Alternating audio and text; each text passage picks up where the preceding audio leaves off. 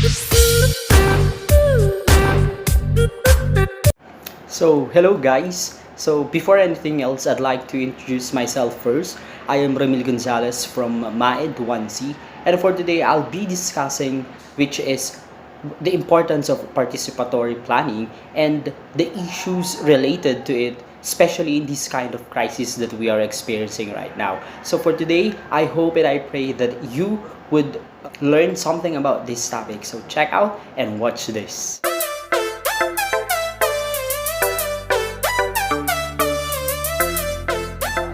my Advancy. And for today, it's such an honor and it's my privilege to discuss something which is very important in our daily life routine, which is the participatory planning and how is it important to our lives right now. So today, I'll be discussing the pros and cons in the use of participatory planning, issues relating to efficiency, conflict, localism, authority, and control. So I hope and I pray that you would like this video. So kindly subscribe to my YouTube channel, which is Ram Gonzalez.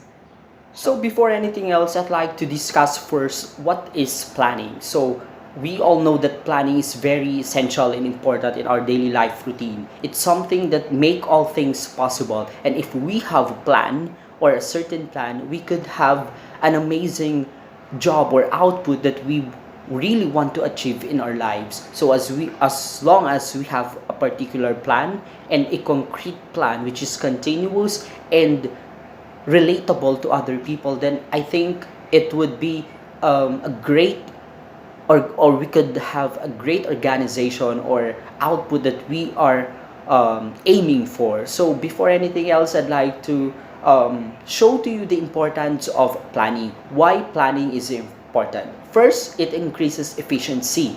Planning makes optimum utilization of all available resources. It helps to reduce the wastage of valuable resources and avoids their duplication. It aims to give the highest returns at the lowest possible cost. It thus increases the overall efficiency. So as we all know, planning gives us so much potential. It gives us something which is applicable to everything that we do, everything that we are aiming for. As long as we are planning for something, we could land to a particular achievement we want to have in our lives. Then the next one is reduces business related tasks or risks. There are many risks involved in any modern businesses. Planning helps to forecast these business-related risks. It also helps to take the necessary precautions to avoid these risks and prepare for future uncertainties in advance. Thus, it reduces business risks, or we can avoid uncertainties in advance. As long as we follow this plan, these procedures, I think the process that we are managing or the things that we are responsible to do is or will be possible, will be efficient.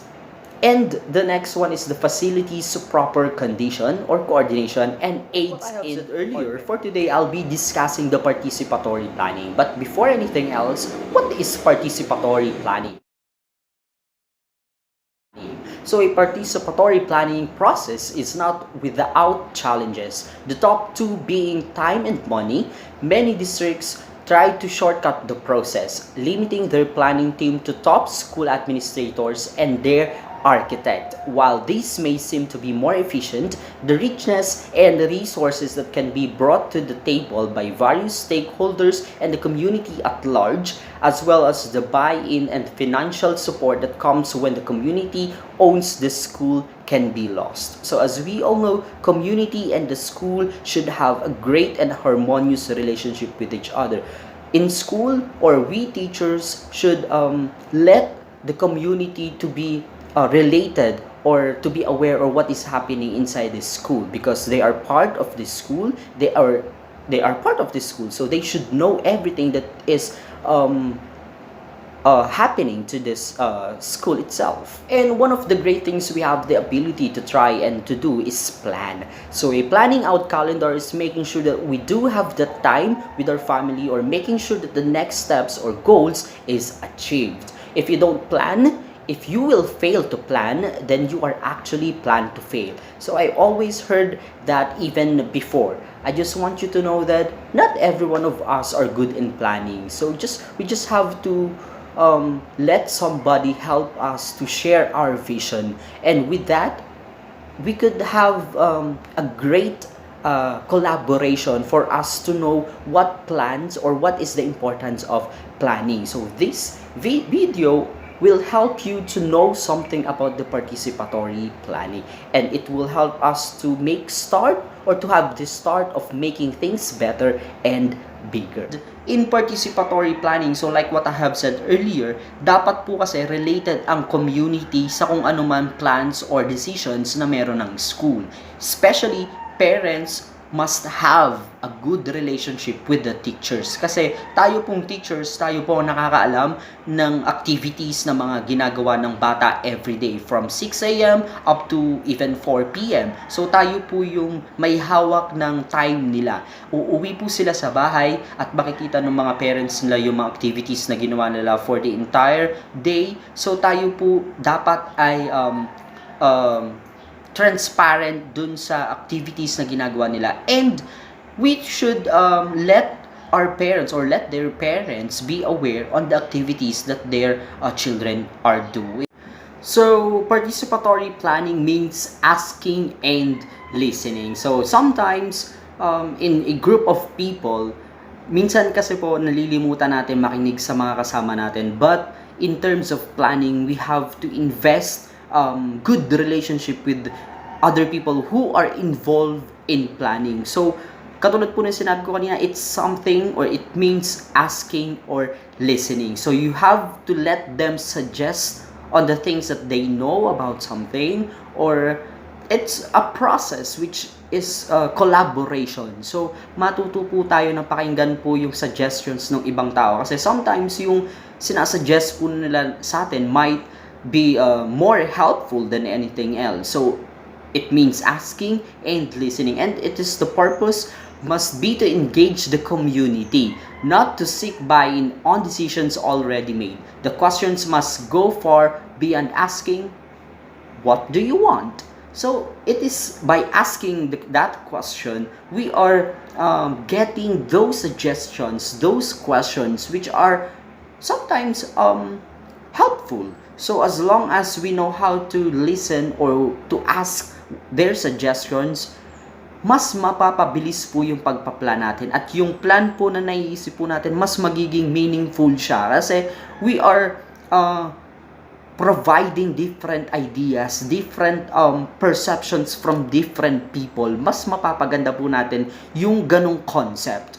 And a person's perspective is formed by his or her own experience in school, and too often more there o yung mga tinatawag po nating wants or yung mga personal experiences po nila, and it is influenced by past memories instead of future needs. Kasi po yung sinasabi po nating past memories or yung past experiences, they can be used as our tools para po mas mapaganda po natin yung plans natin. Kasi like for example, we are planning to attend to a birthday party later. So naka-plans na siya, nakaset na yung mga dapat nating isuot, yung mga dapat nating gamitin, yung kung paano tayo pupunta, sino yung i-meet natin para may kasabay tayo, and so whatever na decisions na gagawin natin or plans na gagawin natin para maka-attend po tayo doon, nakaset na yon.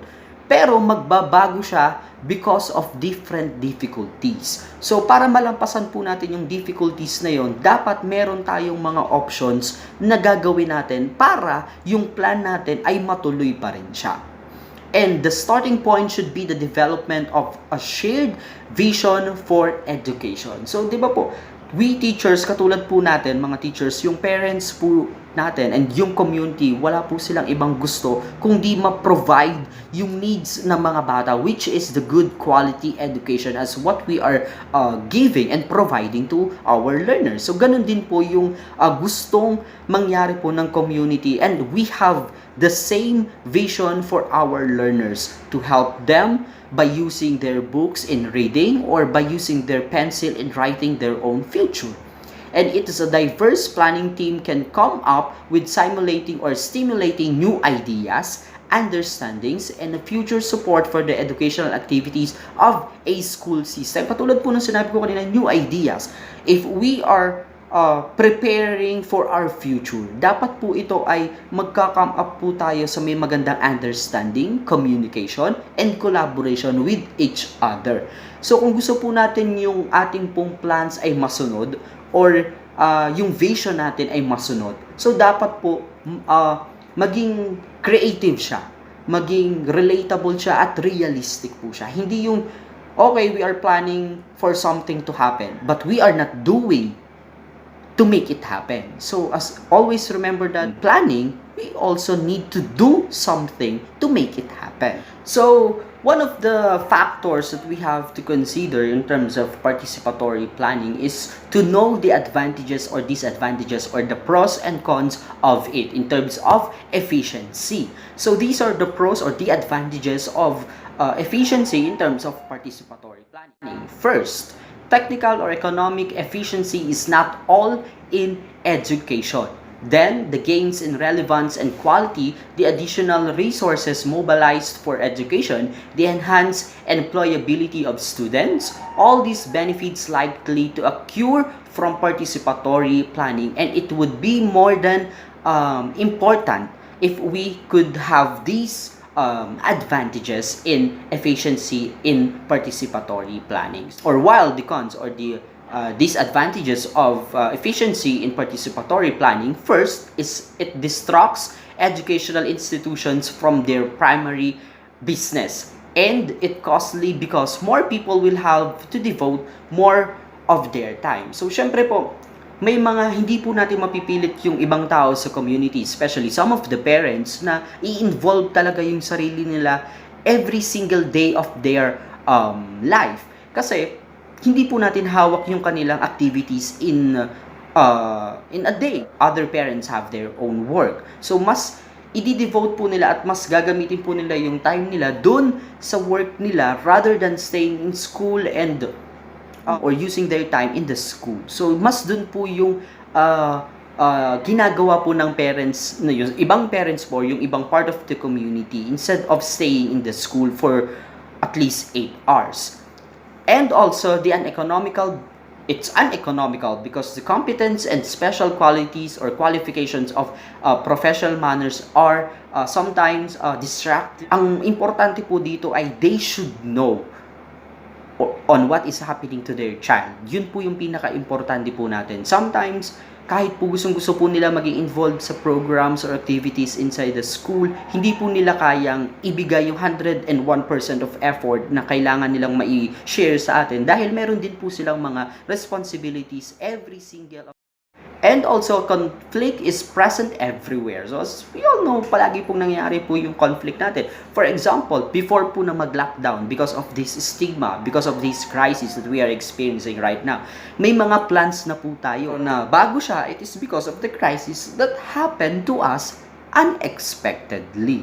So, may mga conflict po talaga na dumadating po sa atin unexpectedly. But we have to prepare ourselves na gamitin siya as our motivations, and hindi natin dapat siya gamitin as our own hindrances para hindi ituloy yung plans natin. So, sometimes yung plans natin na hindi nasunod ay hindi siya nangyari today. And it brings out into the open and attempts to deal with it in a constructive manner. So, we always use them as our constructive criticisms or constructive, helpful criticism. And through consultation, conflict and polarization may be avoided by preserving final decision in us. So, through conflicts, dahil alam na po natin yung mga conflicts na pwedeng mangyari sa ating plans, iiwasan na po natin siya. Maiiwasan na natin siya, and through that, mas mapapaganda po natin yung plans natin. So, now, these are the advantages naman of having conflict in participatory planning.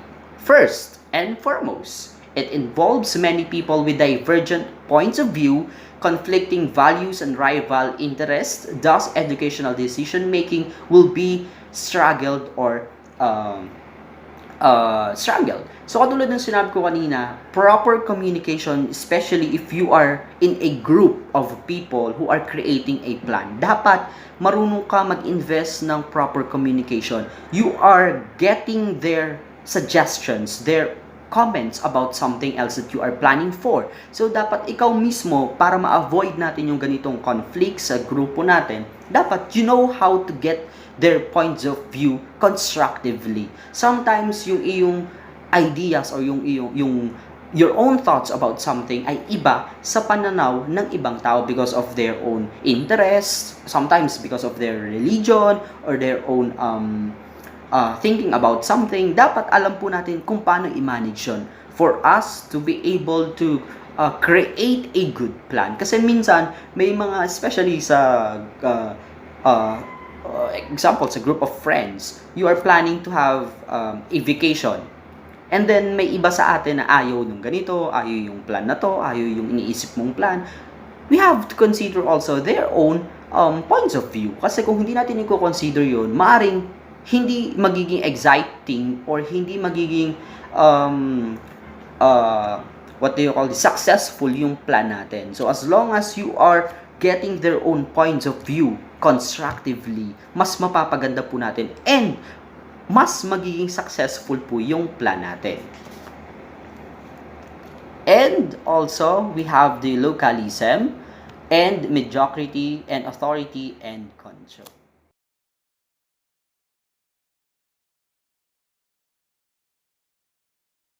So we have here the mediocrity, and what are the advantages or disadvantages of mediocrity? So first, the advantages of mediocrity is it encourages creativity, ideas, and first-hand experience of local people rather than an academic exercise. So mas nagpo-focus po tayo dahil involved na yung community, mas nagpo-focus po tayo dun sa experiences rather than academic exercise. Kasi hindi naman po lahat po tayo na involved sa plans or sa planning ay may education or may background ng education. Sometimes yung iba po nating kasama, they base their plans or their points of view based on their own experiences. Yun po yung tinutukoy po natin doon.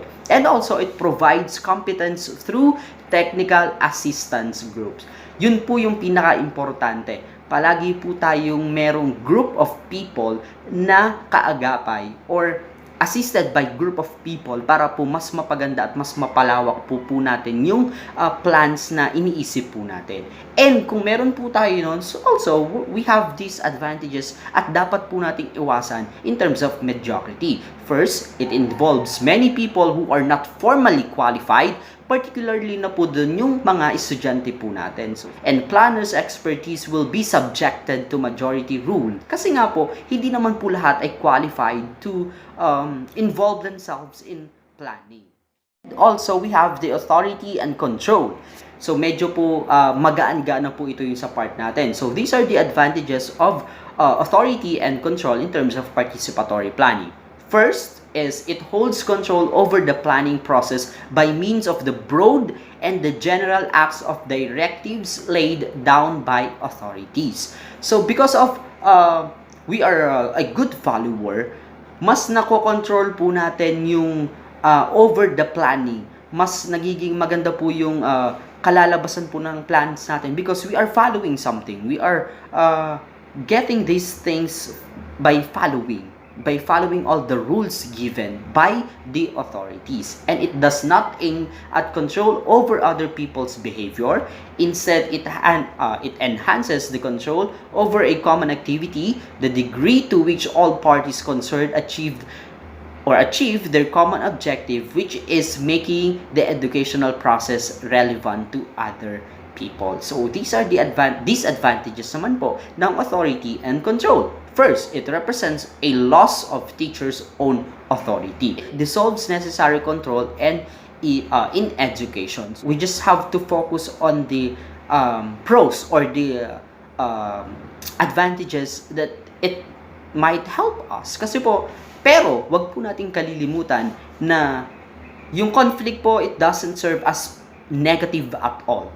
We just have to think that it can be useful as long as we are using it as our motivations. Kasi po, through or based on the negative things or the difficulties that happen to us, magagamit po natin sila para maitama and for us to create a plan which is being based on the positive and the negative side. Mas maganda po yung kalalabasan po nito.